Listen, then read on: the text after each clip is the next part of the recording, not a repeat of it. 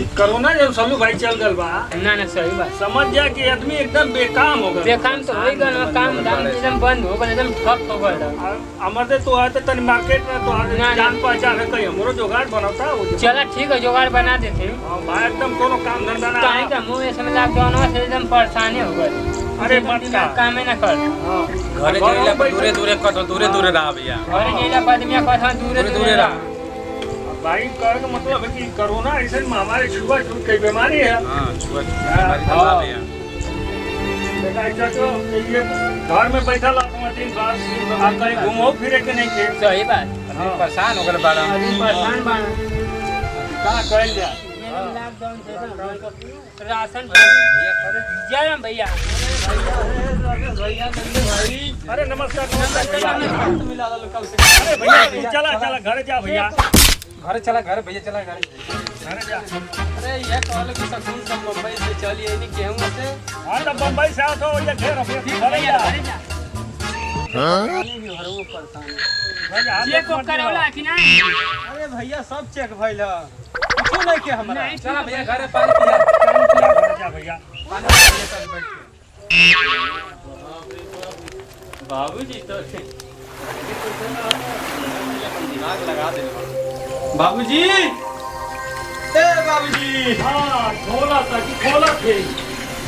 कहत दूरी रही दूर कहत रहली कि तोका की आए न त आए न कोरोना का महामारी चलत बा तो वही जमारी वही जी मरे चाहे जिए। अब यहाँ 10 लोग बाटे तो तोरे चलते इहो 10 लोग मरिया घर अरे हम में। चेक करा ले बानी। चल दूरी चल चेक बहुत सब कई करा करा के बता के आवत बा। चल दूरी चल चल कहत रहली बेर फोन पे कहत रहली आए न त आए न।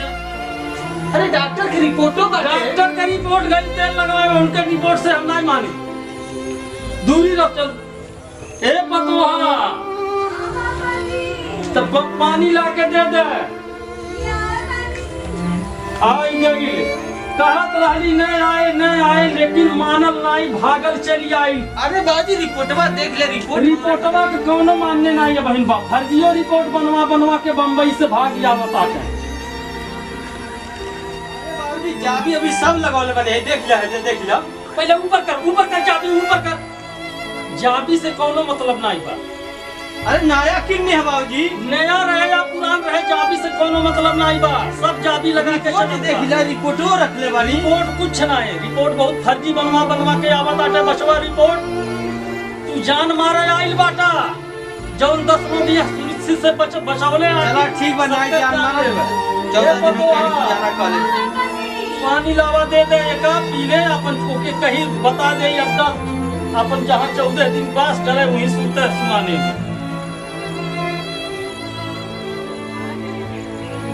पापा जी पानी कहाँ रखी? पतो है यहीं रख दे। ठीक बा। यहीं रखा। दोनों ने बाबूजी के समझावे केते पढ़ल लिखल बाड़े। हम का समझाई? अरे रिपोर्ट हम करवा ले बंदे। जा पतो भाग जा। बस पापा जी बस। तू भाग जा हम ओके दूसरा पिया देबे। जा तू पी ले।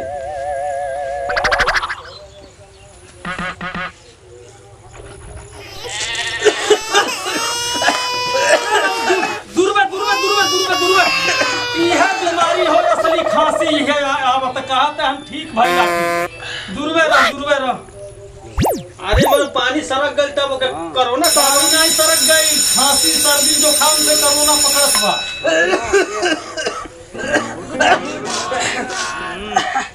पतोहा बाहर नहीं निकले हो अंदर रहो। ठीक है पापा।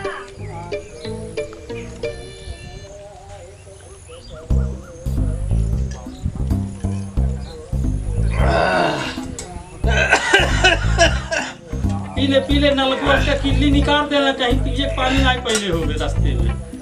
पीले सिर्फ पानी। अरे अब कैसे आवतन बम्बई से घर वाले पहुए सास। हाँ बचवा कष्ट तो रहबे कई लेकिन का करबा।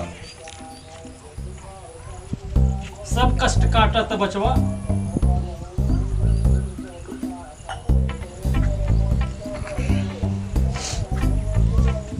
हाँ जाए नहीं भाई। इहो लेके जा। इहो लेके जाई। इहो इहो उठा ले। चल बता कहाँ रहे के बा। चलो अगवा अगवा।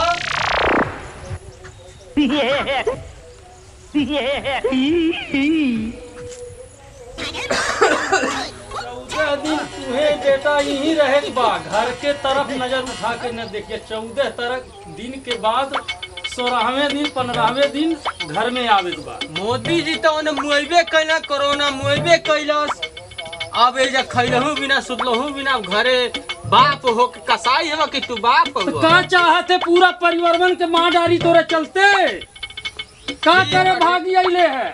ठीक बाटे जा 14 दिन काट ले और परिवारवन के हम बचा के रख ले। आटी तोरे चलते मार डारी। छोट छोट बच्चे बाटे घरवा में। जैसे 1.5 साल कटनी वैसे 14 दिन और काट ले। हाँ तो 14 दिन तू यहीं रहा। घर के तरफ नजर उठा के न तकिया। तोहार खाना पीना सब कुछ यहीं मिलल करी। तनी ओकरा से कह साबुन लेके चलिया। साबुन लेके? साबुन वहीं से नहीं लेके आवे रहा है। अब पुलिस लेके चली जल्दीबाजी में। ट्रेन लेके चल, ट्रेन पर चढ़ के आवत ट्रक से आवत तो ठीक है। अच्छा मंगवा देवे हम।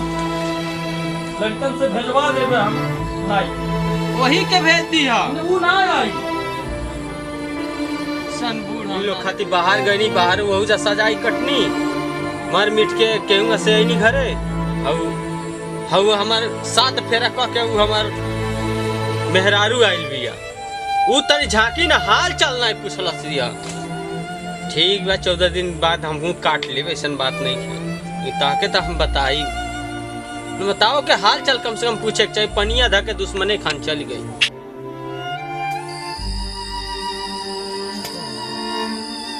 मुआ घरे आवा घरे मुआ। बाप बाप बाप देश के मुदई बाटे। अरे वो तो मुदई कोरोना वाला बटले बाटे चीन वाला। लेकिन है घरे आवा है देखा कटोरा हाथ में तो उससे बड़ी भीख मांग के खा ला। घर के मुंह ना देखा। बाप हो कि देश के कसाई। चलिए अभी तक खाना कौन ना देखिए का होला। खाना मिलेला कि नहीं मिलेला।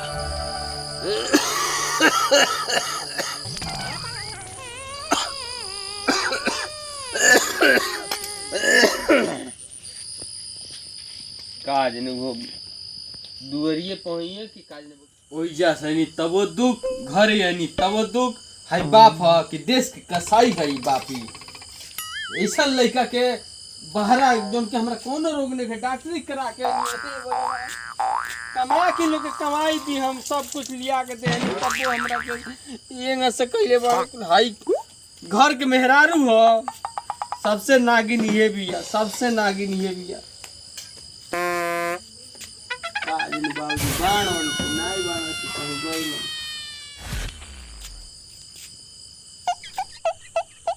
तो बाबूजी नहीं बनो अंदरवा देखी नहीं बनी नहीं बनो।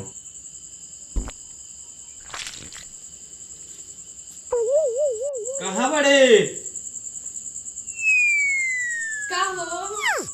अरे बाबूजी कहाँ बनो? नहीं खान। कहाँ गोल बनो? खाना खा के टहले गइल बा ना। टहले गोल बनो? हां। खाना कैसे किया खा? अरे भागो यदि बाबूजी आके मारे लगी है। अरे तो खाना में दो ना। बाबूजी है तो खाना दे। बाबूजी ले जाके पहुंचा के तुमको खिया दी है। और ये तो डांटे ना लगी है। अरे तू जल्दी दो ना जब ले गोल बनो तब ले। ठीक बा मुंह के मार के बाबू के मार खइबा। हां तू जल्दी से तब हमके खाना में। तू तो हमरा के तो कुछ समझते नहीं। तू समझते तो बाबूजी का करतन। बाबूजी के हिम्मत रहला हमके घर से निकाले के। अच्छा अपने काम गलती को के आइल बा। गलती हम तो के आइल बनी। आ कमा के रुपया देने के नहीं जानलू। रुपया नहीं देखल जब भेजत रहनी महीना महीना तो जल्दी से लिए के हम बाबूजी आज ही जाबे। कब से लिया बकरे खाना? अरे बाबूजी आज ही जल्दी से लिया। तो का करी? डेरा काढ़ तनी। डेरा काढ़ तो तहरा बड़ी डर चपले बा। अपने मरते के तू खाना नहीं दे पाबो। लिखाई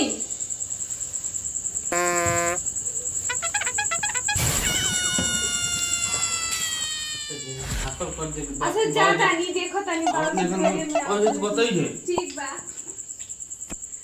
क्यों तो हरे मिले बड़ा।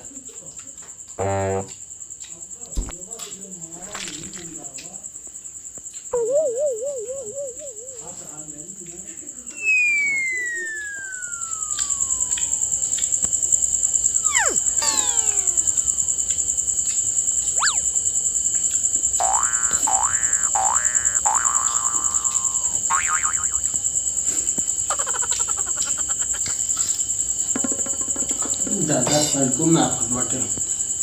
तुम सब तहरा चलते होता ही। हमारा चलते क्या होता? बाबूजी कहने की लॉकडाउन से पहले ही तहार बाबूजी का कहले एक समय मरे के बा एक समय जिए के बा। जा तो हमारी बाबू संग मरे हम सब ना मुबू। तुम बेरा डोल पे गर्मी कितना होता? अच्छा बेरा डोलावता नहीं, बड़ी गर्मी होता। इतना चीज हम नहीं अब बनावत रहे हो जा हम मुंबई में। जल्दी जल्दी खाइए ना, तो बाबूजी आ जाएंगे ना तो खा लेंगे बढ़िया। देव तक मेरे पीछे पड़ी हम आते हूं पर गए बड़े।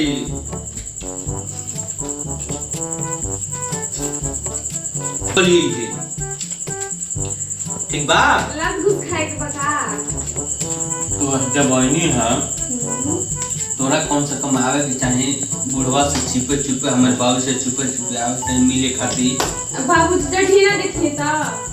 अब तो बता ना बेगे में तू साड़ी सब परल बाटे। पहले केली है काहे जब चोरी से आ गई है खाए। का करी जब ए बंधुआ। हाँ बाबूजी। अरे हमार बिस्तरवा कहाँ बा? बिस्तरवा हमार नहीं वही लगल। अभी लेकर आ रहे हैं, रुकिए। हाँ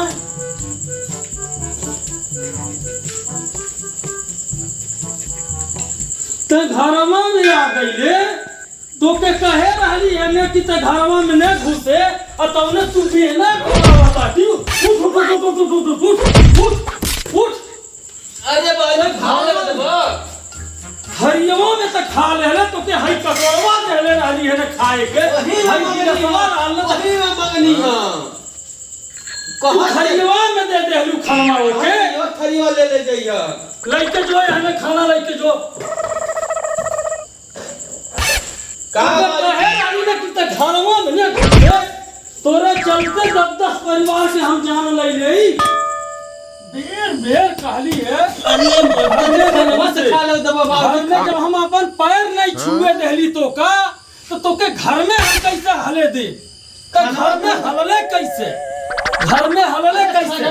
चल खाना खा ले। जब अपने जगह पे चल, अपने जगह पे जहाँ तो के कहे वाली 14 दिन तो वहाँ बिता। अरे ऐसा बाप साथ मुदाई के ना मिले।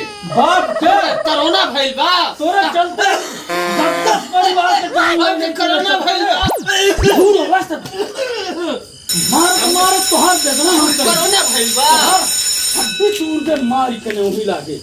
चल अंदर भाई 14 दिन तक वही रहो।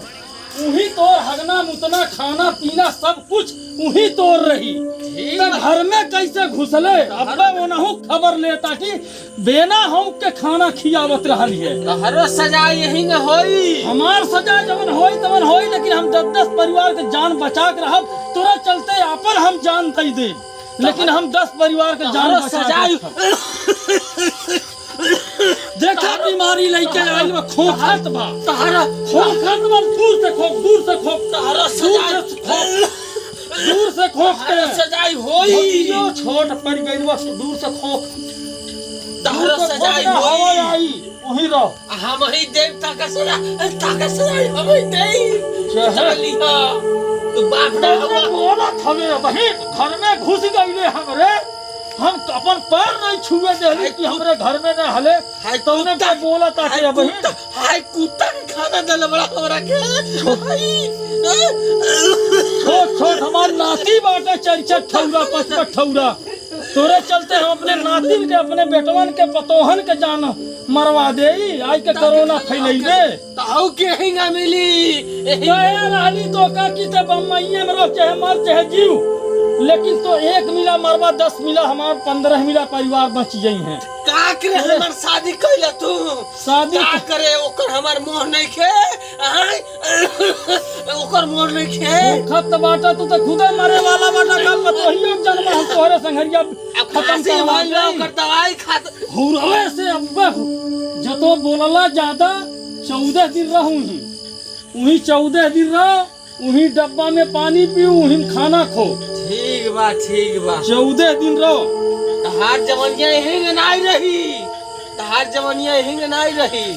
हमार जवनिया रहे चाहे न रहे, लेकिन हमार परिवार में तो बचल नहीं है। तोरे चलते मरी है तो नहीं। ठीक बा तो हमके खोखत बजे जैसा दम्मा उखड़ल बा एकरे। चलो ताटी बहुत बेना हम के खियावा ताली है ओनहू कबा खबर हम लेत बाटी हाँ बाटी आज पूरा एकदम सारा परिवार के जान ले ले कहाँ गई पतोहा हाँ बाबूजी। तू बेना हम के खियावा ताली है तो हम का करी जबरदस्ती चली दोगलवा के बेना हम के खियावा ताली सारा परिवार का जनवा ले ले जबरदस्ती इतना करोना चली फैलावत आटे इतना करोना दोकरे दम्मा उखड़ल बा खांसत बा हगत मुतत बा छींकत बा आ सारा परिवार के जनवा ले ले की छोड़ी हूँ जबरदस्ती चलिए ना मने कोई नहीं है तो भगावे के नहीं चाहिए लोड़वा उठा के मारे चाहिए मुंह पे ओकरे तू बाटी वैसे तूने बेना ऐसे ऐसे हम का ताटी खा ले ओके खियाई के ने तूने बने ई नहीं मालूम चलो कि मनो जनवा लाई नहीं कुल परिवार मन के बेना हम का ताटी गलती हो गई बाबूजी आपसे ना गलती हो गई अब दोगलवा घुसा न दियो घर में हम रहा या नहीं रहा चाहे खेते बाड़ी चल जा कहूँ चल जा भाई बाजारे चल जा अगर हले चाही तो ढेरा बहाई के मारो लोढ़ा बहाई के मारो सिलिए उलाट के बाहर मार दियो चाहे मूड़ फूटे चाहे ओकर गोश्त टूटे दोगलवा के छोड़े न ओके लाठी डंडा रही ही से मार दियो भले वो कुछ भी हो जाए और तो पतोहा देखा नीक लगा के कहा था कि 10 परिवार सुरक्षित से बच जाइए तो मिला मरी जाए तो कोनो दोष नहीं बा मर जाए वही वो बाबूजी बल्कि हम कैसे रह तू चिंता न करा तू रहबी अबहिन हम बाटी ने अबहिन तो हम खुदा सबके हम देखा तू चिंता न करिया उ भले तो गलवा मर जाई ससुर नहीं ते आई के घर में घुस गईले हमरे न रहले तनिक भर हम खाई के गईली का तनी हवा बेयार खाए गर्मी के मौसम बा ससुर आई के घर में घुस के हवर खात बाटे जैसे चोर अरे मारत करो तो हर हम हालत खराब कर देबे पतोहा तनी बिस्तरवा हमार दियो अभी लेके आओ तनी बाबूजी अच्छा ठीक बा लावा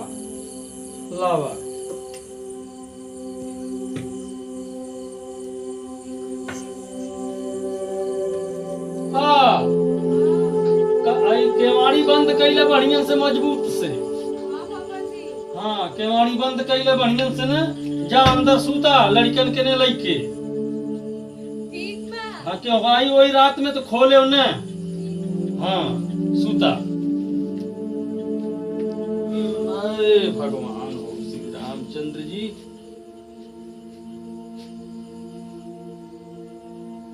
हे प्रभुनाथ हे गुरु जी बड़ी थकावट हुई मामा देखी बाबूजी सुत गेलिए स्टार्ट देखी बाबूजी सुत गेलिए चली देखी काज ने कहीं सुन जाई ना तो का करब अब तो दो काट ही के बाटे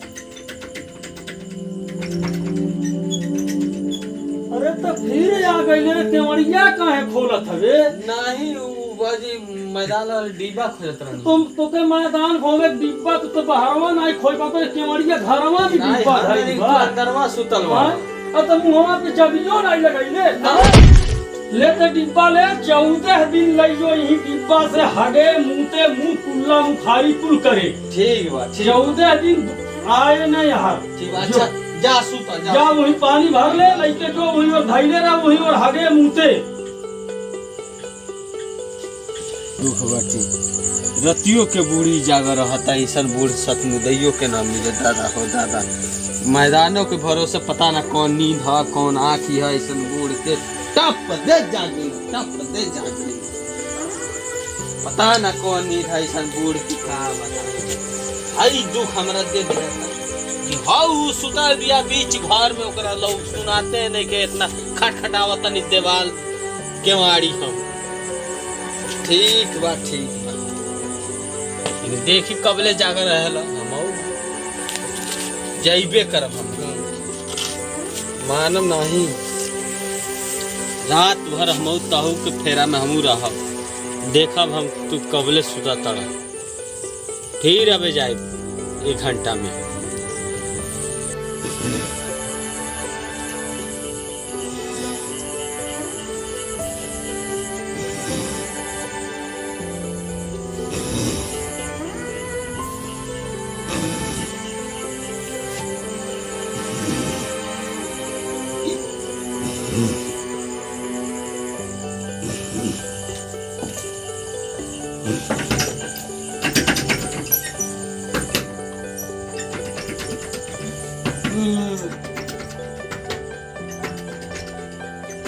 अरे तो फिर आ गई ले नहीं बाबूजी प्यास बहुत तेज लाग रहा तो तोके पानी नलवा पे नहीं मिलत रहा नहीं, केवड़िया खोल के घरवा में नल बा नहीं बाबूजी जैसे डॉक्टर बतौले गर्म पानी पिए के गरम पानी पिए के हाँ ससुर के नाते ठंडा पानी से जाए के 14 दिन पिया 14 दिन तू ही पिया ठंडा पानी गरम पानी तू अरे भाई डॉक्टर कहले बा गरम पानी पिए हमने के सूते नहीं दे जब देखा तो तनिक भर सूतत नींद लगत आई के खट करत दरवाजा घरवा में नल लगल बा गरम पानी मांगत रहनी तो गरम पानी नहीं तो का मिली तो ठंडा पानी से जा पी गरम पानी तो का नहीं मिली अब तू हमके मुआवते न बाड़ा 12 बजे रात के ने लकड़ी लौना जराई के ने गरम पानी करी ठीक बा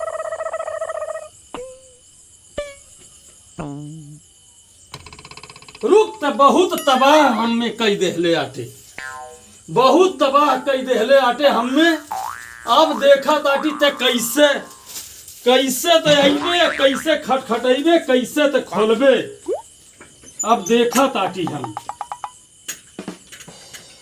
आज बांध के तब्बे हम अब सूतब कैसे ते अइबे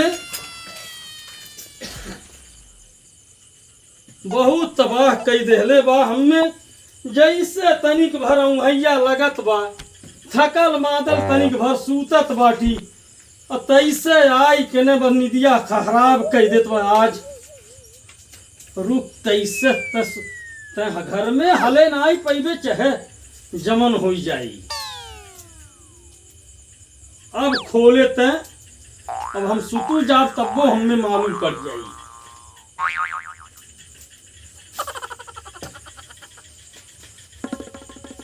हरे राम अब खोले ते आय हो रामा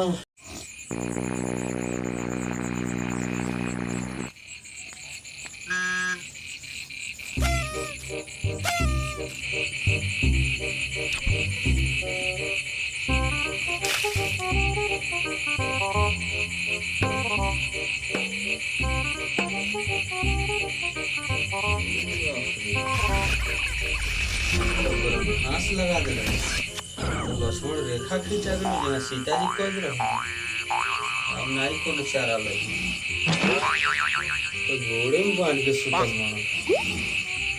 बड़ा जे न श्री रामचंद्र जी सीता जी से ना जुदाई होके जितना दुख सहन उतना हमन के परदेसी होकर सहतन जा धन्य हव करो न जाए महाराज स्टार्ट जा